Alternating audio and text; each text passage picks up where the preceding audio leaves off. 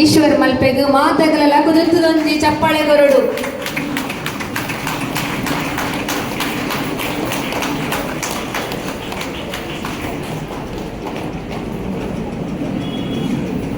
ಅರೆಗು ನಮ್ಮ ಅಧ್ಯಕ್ಷರಾಯನ ಶ್ರೀಮತಿ ವಿಜಯಾಜಿ ಬಂಗೇರ ಈ ಸನ್ಮಾನವನ್ನು ನೆರವೇರಿಸೋಡು ಬನ್ನೋದಕ್ಕೆ ಏನೊಂದಿಲ್ಲ. ಇನಿ ನಮ್ಮೊಟ್ಟುಲೇರು ಅನುಭವಿ ಮುಳುಗೆ ತಜ್ಞಾಯನ ಅಂಚನೆ ಸಮಾಜ ಸೇವಕರಾಯನ ಈಶ್ವರ್ ಮಲ್ಪೆ ನೀರುಡು ಮುರ್ಕು ದಿನ ಅವೇತೋ ಜೀವಲಿನ ಉರಿಪಾದು ಅವೇತೋ ಕುಟುಂಬದ ಕಣ್ಣೀರಿನ ಒಚ್ಚಾದರು.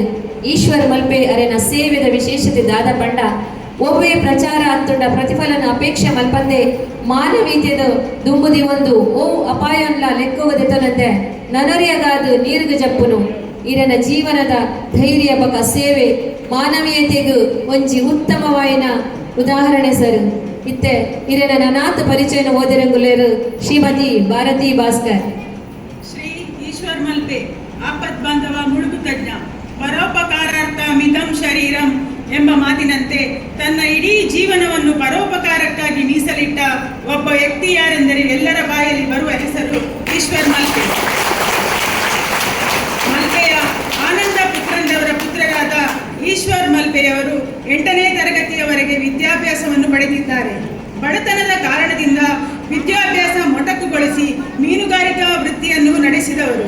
ಕಳೆದ 2 ದಶಕಗಳಿಂದ ಮುಳುಗು ತಜ್ಞರಾಗಿ ಸಮಾಜ ಸೇವೆಯಲ್ಲಿ ತಮ್ಮನ್ನು ತೊಡಗಿಸಿಕೊಂಡ ಶ್ರೀಯುತರು ಸುಮಾರು 1,500ಕ್ಕಿಂತಲೂ ಹೆಚ್ಚಿನ ಶವಗಳನ್ನು ಸಮುದ್ರ, ನದಿ, ಕೆರೆ, ಬಾವಿಗಳಿಂದ ಮೇಲೆತ್ತಿದ್ದಾರೆ.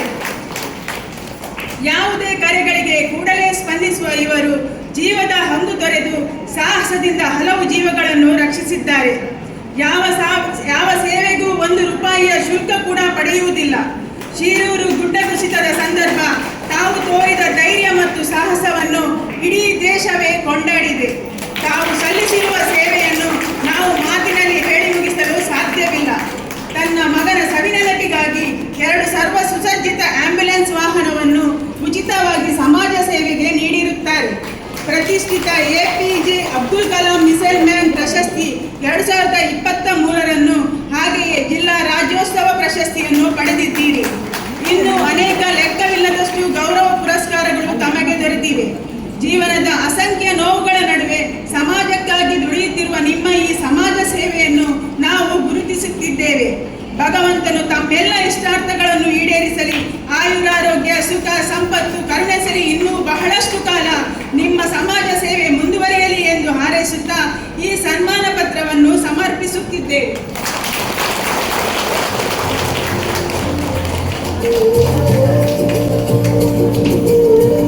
ಮಿತ್ತ ಚಾವಡಿದ ಮಾತ ಗಣ್ಯೆಲ್ಲ ಒಟ್ಟು ಸೇರಿದು ಸರ್ ಈಶ್ವರ್ ಮಲ್ಪೆ ಇವರಿಗೂ ಮಾನಾದಿಗೆ ಮಲ್ಪಡೋರು ಅನ್ನೋದಕ್ಕೆ ಏನಂದಿಲ್ಲ.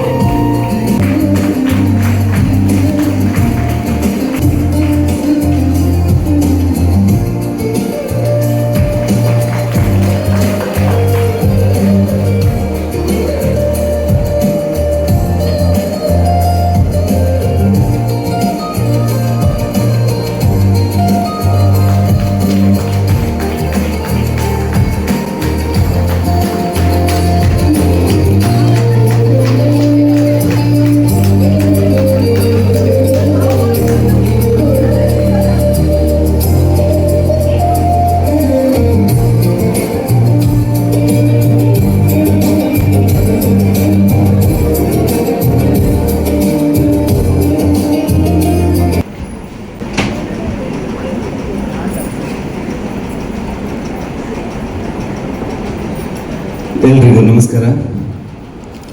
ನಮ್ಮ ಗ್ರಾಮ ದೇವರ ಪಾದಕಮಲ ನಮಸ್ಕರಿಸ್ತಾ ಇವತ್ತು ಚೈತನ್ಯ ಮಹಿಳಾ ಮಂಡಳಿ ಬಂದ್ಬಿಟ್ಟು ಇವರ ದಶಮಾಂಶ ಉತ್ಸವಕ್ಕೆ ಶುಭ ಕೋರ್ತಾ ಇವತ್ತು ಆಡಿನ ದಿನ ಕಾರ್ಯಕ್ರಮಕ್ಕೆ ಶುಭ ಕೋರ್ತಾ ವೇದಿಕೆಯಲ್ಲಿರುವ ಎಲ್ಲ ತಾಯಂದಿರ ಹಾಗೂ ಎಲ್ಲ ಗಣ್ಯಂದಿರ ಪಾದಕಮಲಕ್ಕೆ ನಮಸ್ಕರಿಸ್ತಾ ಹಾಗೂ ವೇದಿಕೆಯ ಮುಂಭಾಗದಲ್ಲಿರುವ ಈ ಊರಿನ ಹಾಗೂ ಪರ ಊರಿನ ಎಲ್ಲ ಬಂಧು ಮಿತ್ರರಿಗೂ ಎಲ್ಲ ತಾಯಂದಿರಿಗೂ ಸಹ ಹೃದಯಪೂರ್ವಕವಾಗಿ ಕೃತಜ್ಞತೆ ಸಲ್ಲಿಸಿದ್ದೇನೆ ಬಂಧುಗಳೇ.